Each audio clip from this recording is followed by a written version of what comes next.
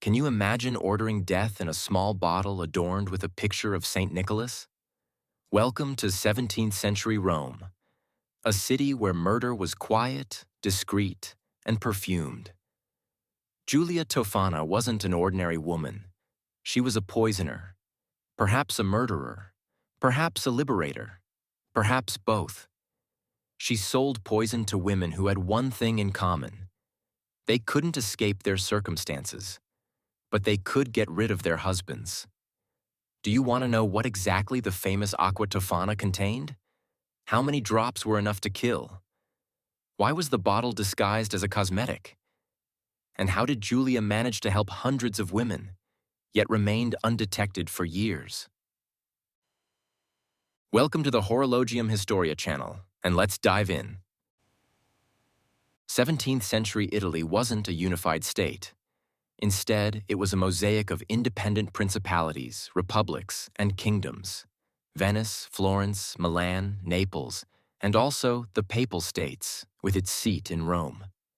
Each of these entities had its own laws, currency, and often different approaches to law and religion. Rome was not only the religious center of the Catholic world, but also a city full of contrasts, between the splendor of monumental catheches and the misery of ordinary people, between theology and practices that teetered on the edge of legality.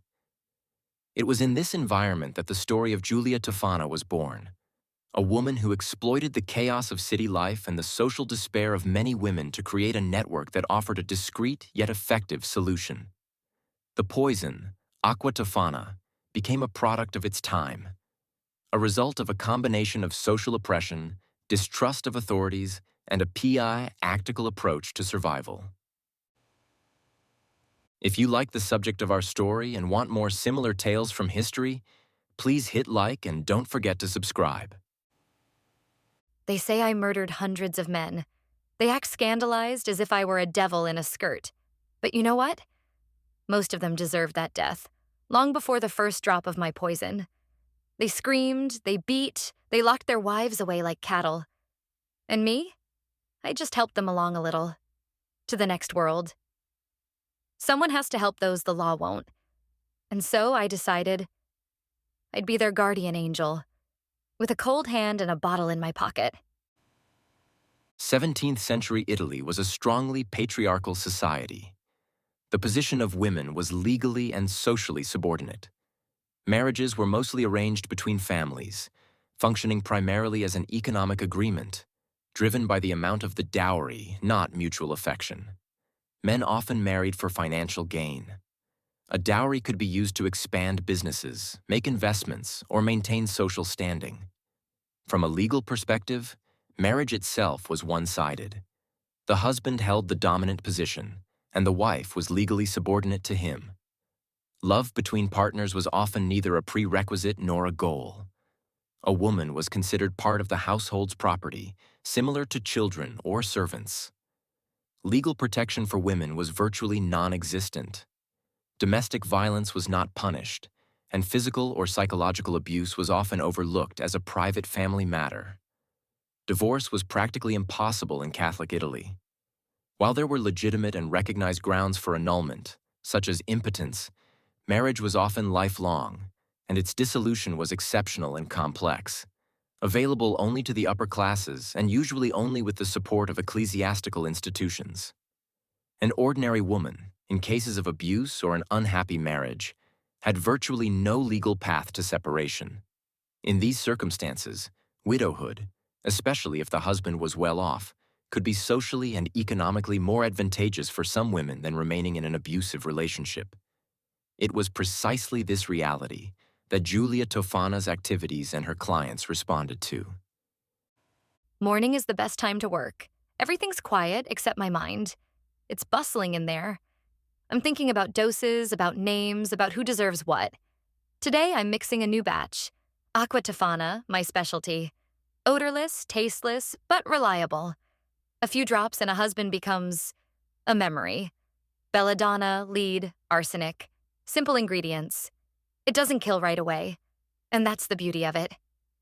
Death creeps in slowly. No one suspects a thing. Not even her little man, who was bragging just yesterday about how he'd break her if she didn't make dinner. This will be his last soup. Aqua Tofana was a poison that became infamous in the 17th century for its inconspicuousness and effectiveness. It likely consisted of arsenic, lead, and an extract from deadly nightshade, belladonna. These substances were commonly available at the time, used in medicine and cosmetics, which made them easy to acquire and use discreetly. The key advantage of Aqua Tofana was its form. It was a clear liquid, tasteless and odorless. This made it possible to mix it into food or drink without any suspicion. The poison acted gradually. The first dose caused fatigue and general exhaustion. The second brought abdominal pain, vomiting, and diarrhea, and only the third or fourth dose led to death. This slow progression allowed the death to appear as the result of an illness, fitting the typical course of many ailments of the era. Giulia Tofana sold her poison in small glass bottles marked with an image of Saint Nicholas. This saint can be seen as a protector, and the bottle thus gave the impression of a medicinal remedy or a cosmetic product. This visual disguise was intentional. It protected customers from suspicion by both their husbands and the authorities. The poison could sit openly among other vials without attracting attention. At first glance, it's an ordinary shop. Glass jars, fragrant ointments, skin oils, even some powder now and then. All beautifully arranged. Every woman who enters knows she didn't come here for beauty. But just in case. We also have a few creams that are genuinely useful. Today, I'm expecting Lucia. Young, pale, nervous. Her husband's rich, but that's probably the only good thing about him. He promised her a home. He gave her a cage. She'll arrive after noon, exactly as we arranged. I don't give poison to just anyone. I don't sell it like bread. It requires careful consideration, and also the certainty that it goes to someone who deserves it. Though there are more of them than I could ever serve. Giulia Tofana operated a business in Rome that outwardly appeared to be a typical cosmetic shop for women. Her inventory included ointments, oils, lotions, and perfumes, products commonly sought after by aristocratic and bourgeois women of the time. In reality, however, the shop served as a front for selling the poison known as Aqua Tofana. Access to the poison was restricted to selected female clients. It wasn't openly offered merchandise. Giulia maintained a network of referrals and personal contacts. She sold only to women who were either directly vetted or recommended by previous clients. This established a system of mutual trust while simultaneously reducing the risk of betrayal. In addition to Giulia herself, her stepdaughter Girolama Spana, who later took over the operation, and several female collaborators were involved in the business. They had various roles, from the actual production and distribution of the poison to facilitating contacts, relaying information, and navigating the urban environment where discretion and subtlety were paramount. The clientele comprised a wide spectrum of women, but their motivations were mostly similar. These were abused wives, women trapped in violent or otherwise hopeless marriages, without the possibility of divorce, without state protection, and without real family support. Legal means to end a marriage either didn't exist or were inaccessible. In such situations, there were essentially only two paths: suicide or the murder of the husband. Aqua Tofana offered a third option, discreet, effective, and practically undetectable at the time. It should be added, however, that alongside helping women, Giulia likely made a very good living from it. According to some contemporary accounts, bottles of the poison were sold for high sums, in the range of tens to hundreds of ducats, which represented a significant income. The business was meticulously managed, selective, and profitable. It cannot be ruled out that it was partly a calculated business, which included a deliberate approach to demand and client networks. Today, it's therefore difficult to definitively determine whether Giulia Tofana was a Samaritan who helped women with no way out, or a cold businesswoman who exploited the despair of others for her own gain, or both simultaneously. Her story lies at the intersection of historical facts and cultural myth, which has been reshaped over the centuries according to societal moods and perceptions of female power, crime, and justice. Lucia arrived precisely on time. She opened the door almost silently, her face hidden beneath a scarf. Her eyes were red, her hands trembling. I know that look. The silence of a woman who has already screamed everything at home and nothing has changed.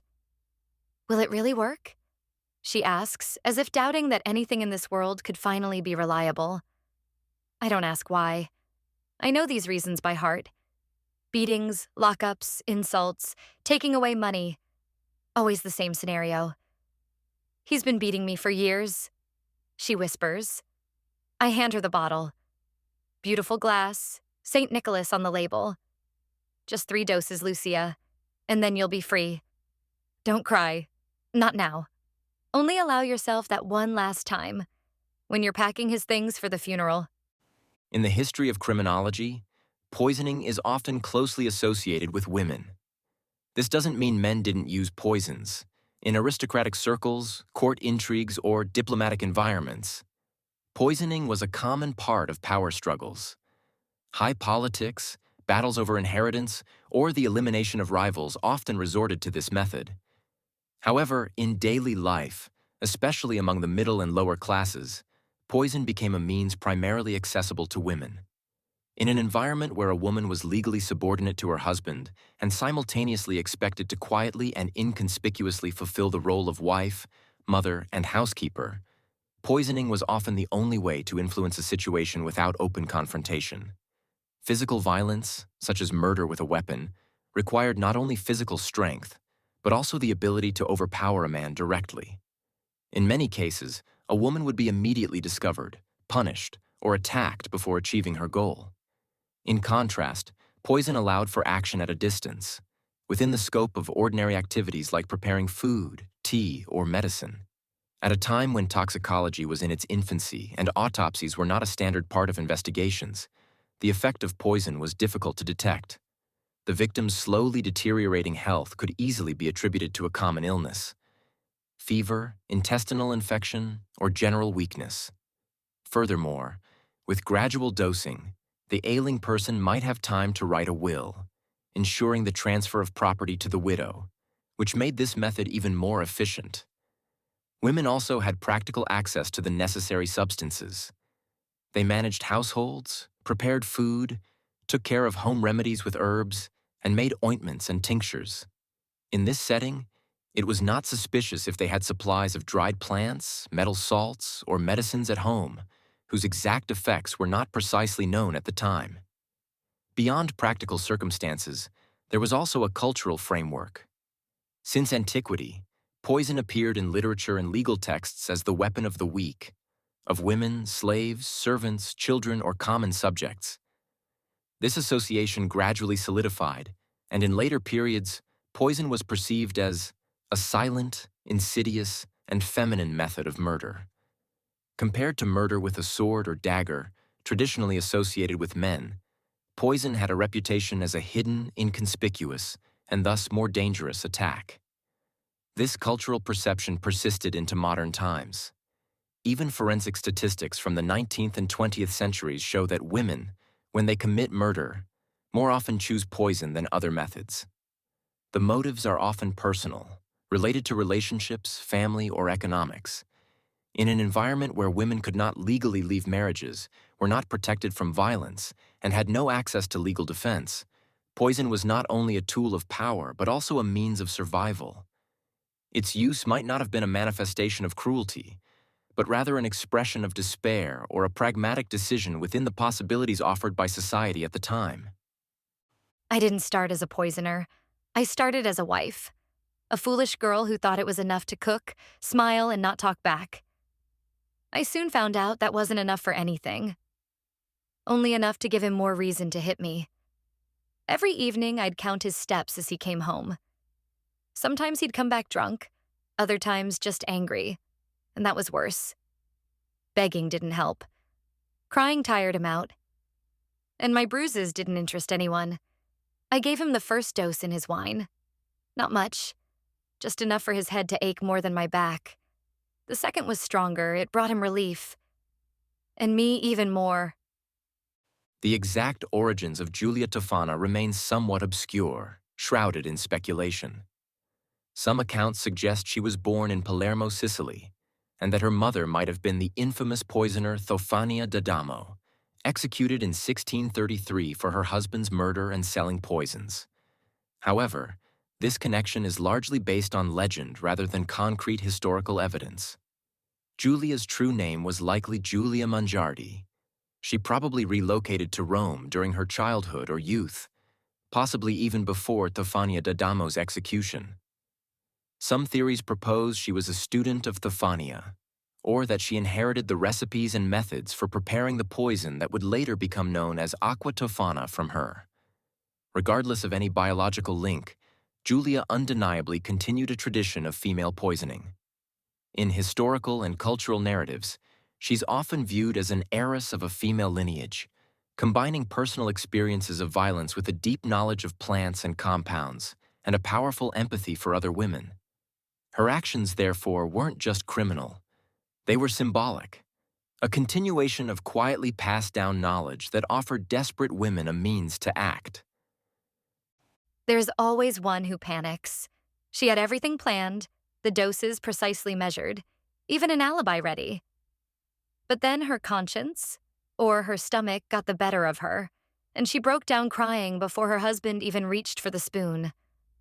"Of course," she told him. And he? Typically male. First he beat her, then he reported me. From that moment on, the whole district was whispering. Rome isn't as big as it pretends to be. People love secrets, especially when they can point fingers. I hid in a church. They even granted me asylum. But a single rumor that I'd poisoned the well, and my protection was gone. They arrested me. Chains, interrogations, the same questions over and over, and pain. Eventually, I told them what they wanted to hear. When they're breaking your fingers, it doesn't matter if it's true. The crackdown on Giulia Tofana's network began with the denunciation by one of her customers. This woman decided not to complete the poisoning and confessed everything to her husband, who then handed her over to the authorities. The case quickly spread, sparking a strong public and ecclesiastical outcry. Tofana attempted to evade arrest by seeking ecclesiastical asylum in a Roman church. This was initially granted, but subsequent rumors, such as claims she had poisoned a public well, led to the church withdrawing its protection. She was then handed over to secular authorities. An Inquisition-led investigation followed, during which Giulia was likely tortured. Under duress, she confessed to manufacturing and distributing Aqua Tofana, and allegedly to over 600 murders committed between 1633 and 1651. Whether this number is accurate remains debatable, as interrogations were conducted under physical duress and without legal protection. Following her confession, a large-scale operation targeted her collaborators and customers. Giulia Tofana, her stepdaughter Girolama Spana, and other women were executed. The crackdown most severely affected women from lower social strata, who were condemned to death. Upper-class women were often merely imprisoned, exiled, or entirely escaped punishment if they managed to claim they had no idea what they were using.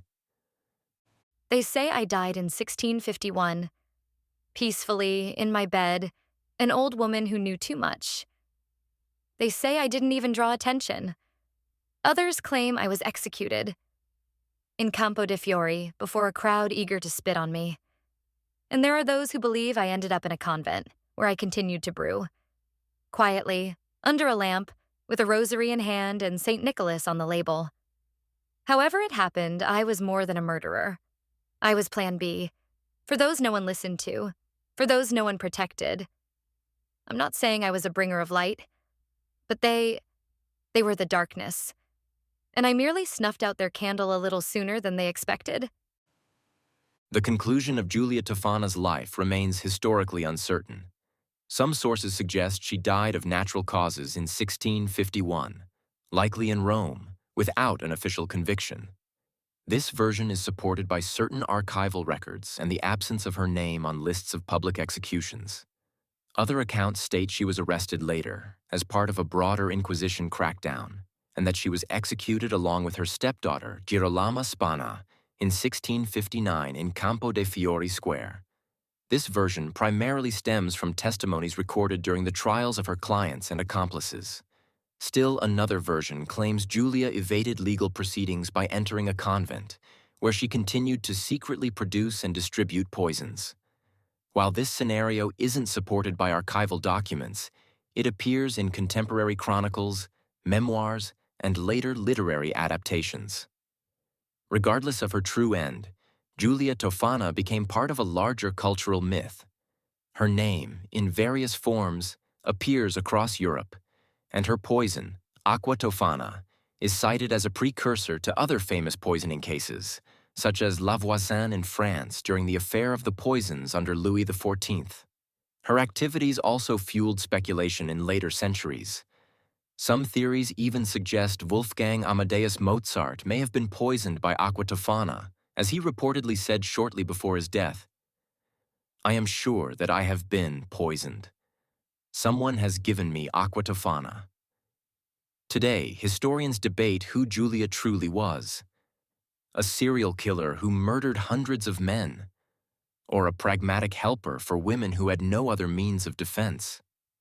In any case, her story reveals much about the era in which she lived: the powerlessness of women, the strength of silent resistance, and how thin the line can be between crime and desperation. Did the story of a woman who murdered quietly, and perhaps for justice, capture your interest? Support our channel by liking and subscribing, so we can embark on more dark chapters of history together. Horologium, Historia bids you farewell for today.